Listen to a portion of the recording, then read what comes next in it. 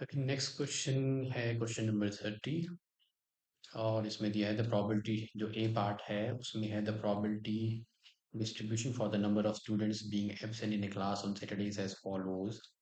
जहाँ एक्स जो है रैंडम वेरिएबल है, तो या तो किसी दिन स्टूडेंट्स एब्सेंट 0 है या 2 है या 4 है या 5 है सैटरडे को। तो 0 स्टूडेंट्स के एब्सेंट होने की प्रोबेबिलिटी है पी, 2 की है 2p, 4 की है 3p एंड 5 की p। जहाँ एक्स है नंबर ऑफ स्टूडेंट्स एब्सेंट, हमें कैलकुलेट करना है पी।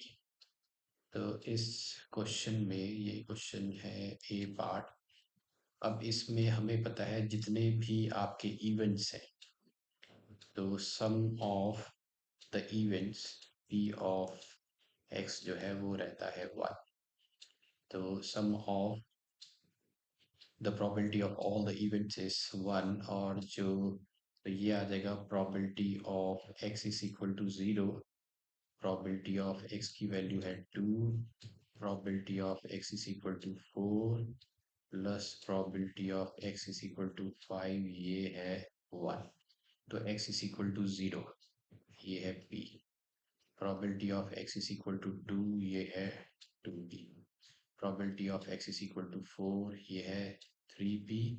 और एक्स इज इक्वल टू 5 की probability p is equal to 1। So this is 2p plus 3p 5, 6 and 7p। तो p की वैल्यू है 1/7। तो we have got the value of p which is 1/7। अब हमें निकालना है मीन। सेकेंड पार्ट में मीन जो रहता है वो होगा summation of x i into p i. और वो हम निकालेंगे दिस 0 इंटू पी। तो this is 0 into P plus 2 into 2p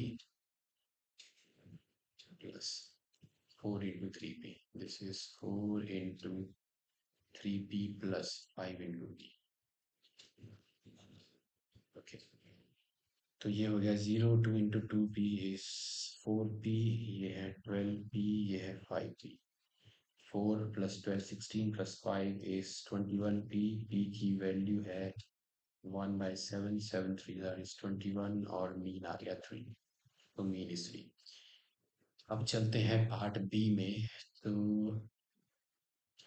part B में आपको दे रखा है for the vacancy advertised in the newspaper 3000 candidates ने एप्लीकेशन सबमिट करी है। Okay, 3000 candidate submitted their applications और डेटा से ये पता चला कि 2/3 of the total application applicants were females और बाकी हैं मेल्स।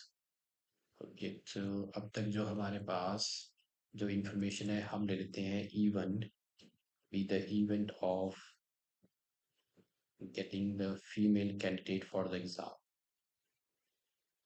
ओके, और प्रोबेबिलिटी ऑफ जो इवेंट जो है वो है 2/3 फीमेल कैंडिडेट्स के लिए। ओके, फिर अदर वर मेल्स। तो E2 जो है इवेंट लेते हैं फॉर द मेल कैंडिडेट्स। और प्रोबेबिलिटी तो दो ही तरह के कैंडिडेट्स हैं यहाँ पे, मेल्स और फीमेल्स। तो प्रोबेबिलिटी ऑफ E2 जो हो जाएगी 1 माइनस प्रोबेबिलिटी ऑफ E1।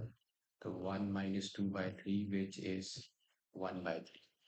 फिर कंडक्ट किया गया एक written test. Performance of the application indicates the probability of a male getting a distinction. The written test is 0.4। तो डिस्टिंक्शन के बेस पे सिलेक्शन हो रही है और ए इवेंट हम ले लेते हैं of getting distinction in the written exam. Of getting distinction in the written exam. अब दिया है कि मेल, आपने सेलेक्ट किया मेल कैंडिडेट और डिस्टिंक्शन आ गई। Sorry, the performance of the applicant indicates that probability for male getting distinction is 0.4। इसी तरह फीमेल कैंडिडेट के आने की जो डिस्टिंक्शन है वो है 0.35। अब आपको निकालनी प्रोबेबिलिटी की कैंडिडेट की, कोई भी कैंडिडेट सेलेक्ट करें उसकी डिस्टिंक्शन आनी चाहिए। तो यहाँ पे यूज करेंगे, तो डिस्टिंक्शन मेल की भी है फीमेल की है, हम यूज करेंगे थ्योरम ऑफ टोटल प्रोबेबिलिटी।